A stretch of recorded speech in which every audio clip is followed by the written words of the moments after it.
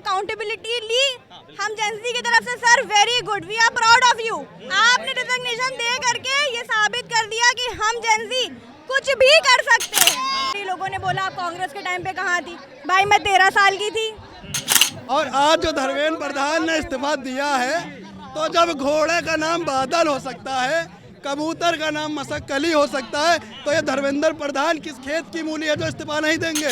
अगर आगे कांग्रेस आती है या अगर सीजेपी भी आती है और अगर वो भी इस तरीके से लैग करेंगे तो हम उनसे भी ऐसे ही खड़े होकर सवाल करेंगे जो आज हम बीजेपी से कर रहे हैं। सिर्फ हंगामा खड़ा करना हमारा मकसद नहीं, पूरी कोशिश ये है कि सूरत बदलनी चाहिए। तेरे सीने में ना तो सही, मेरे सीने में सही, आग हो कहीं भी आग जलनी चाहिए। रिजाइन के बारे में बात करना शुरू करी। लोगों ने बोला आप कांग्रेस के टाइम पे कहाँ थी? भाई मैं 13 साल की थी। ठीक है, क्लियर हो गया। मोदी जी 2014 से आए हुए हैं, ठीक, और सबको क्लियर है उसके बाद से कितने पेपर लीक हुए हैं, किस तरीके से महंगाई अपने असीम सीमा छू रही है, गाड़ियाँ कैसे एथेनॉल से खराब हो रही हैं। मेरा सिंपल सा कहने का मतलब है हर इंसान हर चीज़ से कॉम्प्रोमाइज़ कर सकता है, लेकिन पढ़ाई से कॉम्प्रोमाइज़ नहीं कर सकता। क्यों? क्योंकि सब प्रिविलेज नहीं होते हैं, सब अब मेरी बाप की औलाद नहीं होते हैं। बहुत सारे ऐसे बच्चे हैं जो स्क्रैच से शुरू हो रहे हैं, जिनके पास बाबा परदादा का पैसा नहीं है, वो खुद से पढ़ रहे हैं, खुद से जूझ रहे हैं, खुद से बन रहे हैं। अच्छा, सरकार ये भी आरोप लगाती है कि जो बच्चे हैं यहाँ पर आ रहे हैं, जो अपने मांग कर रहे हैं पेपर लीक को लेकर, कह रहे हैं इसमें छात्री नहीं है कोई। ऐसा नहीं है, आप जाकर के पूछिए। मैं खुद स्टूडेंट हूँ भाई, मैंने नीट नहीं दिया लेकिन मैंने बी फार्म करी हुई है, मैंने बी फार्म कंप्लीट करा है। मैं अपने मास्टर्स के लिए अप्लाई करती हूँ, क्या मैं स्टूडेंट नहीं हूँ? मैंने अब बी फार्म करने के टाइम पे भी हार्डशिप झेली। मैंने वहाँ पे सबने अपने लेवल का जो करप्शन है, हैरेसमेंट फेस करा है। यहाँ पे कोई भी ऐसा बंदा नहीं होगा। मैं कह रही हूँ ठीक है, अगर यहाँ पे सपोज करिए अगर 200 की भीड़ है तो उसमें 150 जो है वो स्टूडेंट होगी, 50 इधर उधर की हो सकती है।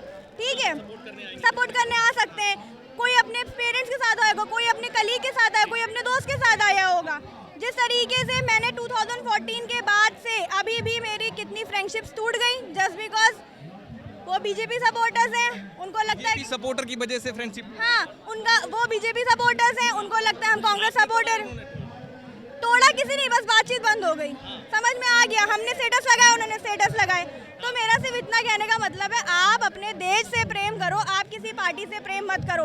अगर आगे कांग्रेस आती है या अगर सीजेपी भी आती है और अगर वो भी इस तरीके से लैग करेंगे तो हम उनसे भी ऐसे ही खड़े होकर सवाल करेंगे जो आज हम बीजेपी से कर रहे हैं। लोग कहते हैं कि अगर लोग अगर बीजेपी का विरोध कर रहे हैं तो देशद्रोही हो जाते हैं, क्या ऐसा क्या हो गया? देशद्रोही ये मेंटालिटी तो डाली उन्होंने ही है ना, उन्होंने बीजेपी को रिलीजन से जोड़ दिया है। उनका कहने का मतलब है अगर आप हिंदू हैं और आप बीजेपी को समर्थन नहीं करते हैं तो फिर आप मुसलमान हैं, और अगर आप मुसलमान हैं तो फिर आप टेररिस्ट ही हैं। अच्छा, मतलब बीजेपी का सपोर्ट नहीं करते तो हिंदू नहीं है आप? ऐसा आप हिंदू नहीं, ऐसा उनका माइंडसेट बना हुआ है। बट मेरा सिर्फ इतना सा है कि आप बीजेपी सपोर्टर हो, आप कांग्रेस सपोर्टर हो, आप सीजेपी सपोर्टर हो, या आप सिर्फ स्टूडेंट को सपोर्ट कर रहे हो। आप सही को सही बोलो, गलत को गलत बोलने का दम रखो। अच्छा, धर्मेंद्र प्रधान ने तो इस्तीफा दे दिया है, अब क्या कुछ कहना है इसके आगे का? क्या धर्मेंद्र प्रधान जी ने अपनी अकाउंटेबिलिटी ली हम जेंजी की तरफ से। Sir very good, we are proud of you. आपने रिजिग्नेशन दे करके ये साबित कर दिया कि हम जेंजी कुछ भी कर सकते हैं। जेंजी ने झुका दिया आखिर सरकार को और धर्मेंद्र प्रधान ने इस्तीफा दे दिया। जी, आप लोग की जीत हो गई। हम लोग पहली बात। और दूसरी बात देखिए, ये है मेरी बेस्ट फ्रेंड, ठीक है, इसने जो जो चीजें बोली सेम मेरी भी वही लाइन है, तो मुझे आगे कुछ बोलने की जरूरत ही नहीं है। यहाँ पे हम लोग कोई भी एक मुद्दा नहीं उठा रहे, हम लोग बस एक मुद्दा रख रहे हैं कि आप स्टूडेंट्स की बात सुनो, क्योंकि स्टूडेंट्स ही आगे का फ्यूचर है। दैट्स इट, और कुछ नहीं चाहिए हमें। स्टूडेंट ही मोर्चा संभालेंगे अब। ऑफ कोर्स सी बात है, स्टूडेंट्स को संभालना पड़ेगा। लिखे लोग चाहिए अब हमें, हमारी गवर्नमेंट अब पढ़ी लिखी चाहिए। जिस तरीके से आईएएस बनने के लिए एग्जाम देना पड़ता है, हम चाहते हैं कि अगर आप पीएम बने, आप सीएम बने, आप प्रेसिडेंट बने, आप पेपर दें।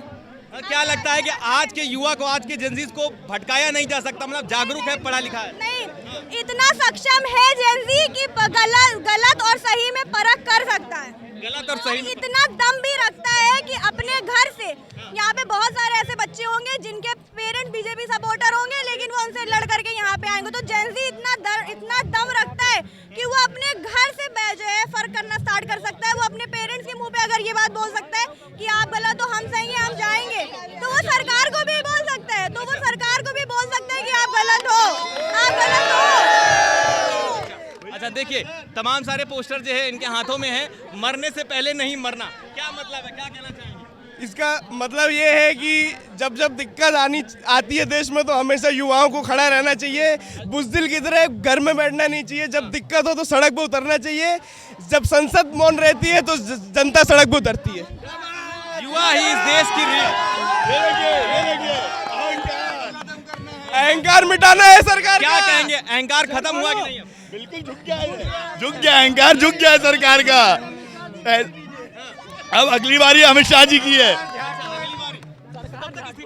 29 को हिदायत है कि अगर समय पे काम नहीं होगा तो दोबारा जनता सड़क पे उतरेगी और ऐसे ही अपना न्याय मांगती रहेगी। अच्छा, आप क्या कहेंगे? अब ये जो प्रोटेस्ट चल रहे हैं, तमाम सारे जगह जगह पे प्रोटेस्ट चल रहे हैं, क्या आप ये खत्म होने का नाम लेंगे? क्योंकि धर्मेंद्र प्रधान का इस्तीफा तो हो गया, अब क्या छात्र चाह रहे हैं? मेरे ख्याल से अब छात्रों को शांतिपूर्वक जो है अपना एक मत रखना चाहिए, लेकिन इसका मतलब ये नहीं कि अकाउंटेबिलिटी इंश्योर ना हो। अकाउंटेबिलिटी सरकार से सवाल पूछना देशद्रोह नहीं है, मेरी बात ये मान लीजिए आप। बिल्कुल, सरकार से सवाल पूछना चाहिए। आज का युवा है, पढ़ा लिखा युवा है, अगर सरकार सही से काम नहीं कर रही है तो उसके सवाल पूछना बिल्कुल जायज है। सरकार अभी डिनायल में जी रही है। पहली बात तो कि जब पता है कि गलती हुई है तो गलती मानने में क्या दिक्कत है? मानिए, सब पूरे सरकार मान चुकी है पेपर लीक हुआ, तो माफी क्यों नहीं मांग रही कोई? नहीं यार, बीजेपी का कहाँ? मैं बोल नहीं रहा हूँ, जब चोर चोरी करते हैं तो अपनी गलती नहीं एक्सेप्ट करता है। चोरी वाला मुद्दा यहाँ पे कहाँ पे आगे पेपर लीक की बात हो रही है। अरे बात तो सुनिए उनकी, बात तो कह रहे हैं कि जब चोर चोरी करता है तो एक्सेप्ट नहीं करता है, तो कह तो रहे हैं कि ये डॉक्टर हैं भैया, ये डॉक्टर हैं केजीएमसी में, डॉक्टर हैं केजीएमसी, डॉक्टर साहब हैं, ये डॉक्टर हैं केजीएमसी में। नहीं, मैं ये कह रहा हूँ कि जब अकाउंटेबिलिटी, देखिए प्रधान जी ने मानी, माफी मांगा क्या उन्होंने? अभी माफी मांगा है, मतलब इस्तीफा दे दिया। इस्तीफा दिया है, माफी नहीं मांगी जाए आई थिंक। अब इस्तीफा तो दे दिया है, इस्तीफा दे दिया, चलिए ठीक है, माफी भी मांगनी चाहिए। अमित शाह थोड़ा जी- तो आप लोगों को कंप्रोमाइज करना पड़ेगा, जितना इतना 1 महीने से आप लोग कर रहे थे। तो ये बताइए, बच्चे भी तो अपने थे, तो उनसे गलती हुई है, आपने मानी है, तो माफी मांगने में क्या दिक्कत है? छात्रों के साथ जंतर मंतर में जिस तरीके से वो लाठियों में कीली लगा के उनको मारा गया, ये बिल्कुल गलत नहीं। उसकी अकाउंटेबिलिटी अभी अमित शाह जी ने नहीं ली है, तो उनके सवाल पूछिए पहले तो। प्रधानमंत्री जी ने वो खाली वीडियो निकाले, उन्होंने ये कहा है कि ये करूंगा, माफी तो अभी उन्होंने भी नहीं मांगी है। लेकिन क्या आप मानते हैं? कोर्ट तो अभी भी पहले से भी है, रेप विक्टिम के लिए पॉक्सो के फास्ट ट्रैक कोर्ट बन गया। अब क्या सरकार मतलब क्या इतना करेगी कि 90 दिन का टाइम होता है कि 90 दिन के अंदर जो ये होगा सही होगा, तो फिर पहले में चेंज हुआ इतना करिए तो 90 दिन में वो भी करेगी, भरोसा करके देख लेते हैं एक बार और। अगर नहीं करेगी तो फिर जनता है ही है, बच्चे नहीं है, फिर देखेंगे। बता दिया आप लोगों ने कि जनजी अब रुकने वाला नहीं है, अगर कुछ भी गलत। ये बात सुनिए,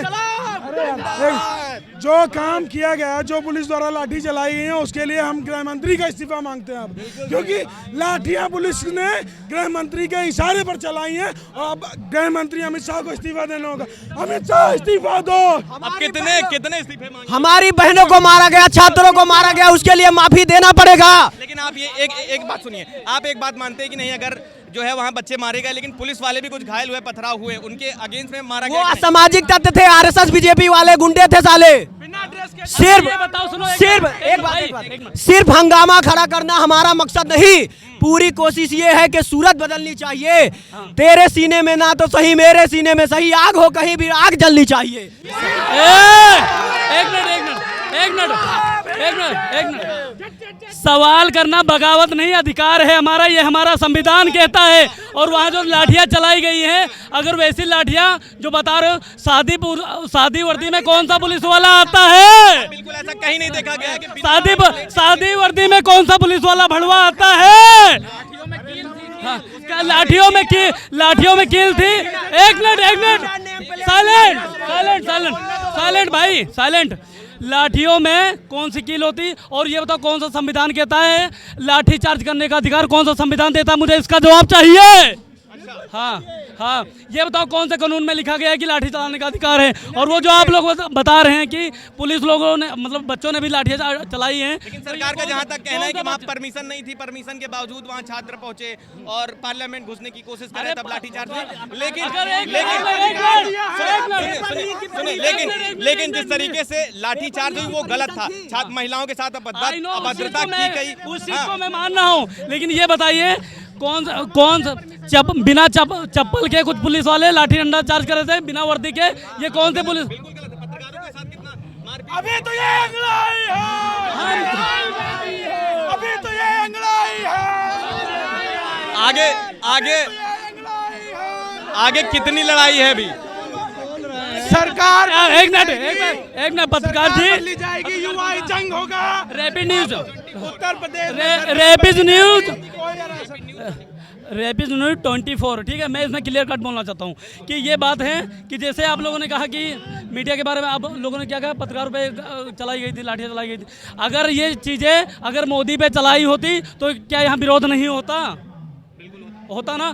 तो और जो आप लोग बता रहे हैं कि मतलब बच्चों ने लाठियाँ भी चलाई हैं, तो बच्चों ने लाठियाँ अपने प्रोटेक्ट के लिए चलाई, क्योंकि उधर से भी लाठियाँ चला रहे थे, वो आरएसएस वाले थे। कुछ बिना वर्दी के थे जो लोग लाठियां चला रहे थे, वो गलत था, उसकी जवाबदेही सरकार को देनी पड़ेगी। आखिर जो बिना नेम प्लेट के वो लोग आए वो कौन थे? वो लोग देसी गुंडे थे, वो लोग अच्छे से जानते हैं। अंधभक्तों की नज़र में वो देशभक्त थे। और जो लोग कह रहे हैं कि हम लोग धर्म की राजनीति कर रहे हैं, तो मेरा उन लोगों से कहना है कि बचपन से अंधे बहिरे थे या 2014 के बाद से अंधे बहिरे हुए हो। अच्छा और आज जो धर्मेंद्र प्रधान ने इस्तीफा दिया है, तो जब घोड़े का नाम बादल हो सकता है, कबूतर का नाम मसक्कली हो सकता है, तो ये धर्मेंद्र प्रधान किस खेत की मूली है जो इस्तीफा नहीं देंगे? और मेरा कहना है और नेताओं से कि धर्मेंद्र प्रधान जी से आपको ये सीखना है कि अगर किसी नेता ने धर्मेंद्र प्रधान की तरह तानाशाही करने की कोशिश करी, तो ये याद रखना, जैसे आज धर्मेंद्र प्रधान जी से इस्तीफा लिया गया है, हर नेता से इस्तीफा लेना हम लोग जानते हैं। जिस दिन से हमारे चंद्रशेखर भाई मैदान में उतरे, जिस दिन से उतरे, आपने देखा होगा अभिजीत दीप के आज कई दिनों से प्रोटेस्ट कर रहे हैं, कोई सुनवाई नहीं हो रही थी। तो सोनम वांगचुक की वजह से क्रेडिट तो सब ले रहे हैं, लेकिन असली जो मेहनत की सोनम वांगचुक ने की। सोनम वांगचुक ने जो मेहनत करी है, क्रेडिट तो पॉलिटिकल वाले वो लेटे हुए थे, उनकी कोई सुनवाई नहीं हो रही थी, वो भूख के मारे मर जाते। तब जनता कहती हाय दैया ये क्या हुआ। अगर हमारे चंद्रशेखर मैदान में ना उतरे होते तो आज सोनम वांगचुक की बहुत बुरी हालत होती है। ये जो आज धर्मेंद्र प्रधान ने इस्तीफा दिया है, तो इस इस्तीफा देने आप सीजेपी को आप जो है सपोर्ट करते हैं? सीजेपी को हम सपोर्ट करेंगे। आने वाले टाइम में अभिजीत दीपक को नेता बनाएंगे, आजाद समाज पार्टी से, और बनेंगे। तो क्या यही नेतागिरी के लिए वो बने हैं? नेतागिरी के लिए वो नहीं बने हैं, वो देश के लिए बनेंगे। जब छात्र वहाँ लाठियाँ खा रहे थे, लाठी डंडे खा रहे, तो अभिजीत दीपके, विजेता दैया और वो सौरभ कहाँ थे ये लोग? ये जो छात्र वहाँ लाठी खाए हैं, लाठी खाने का पीछे का रीजन कौन है? जो दिल्ली में कुछ दल्ले टहल रहे हैं।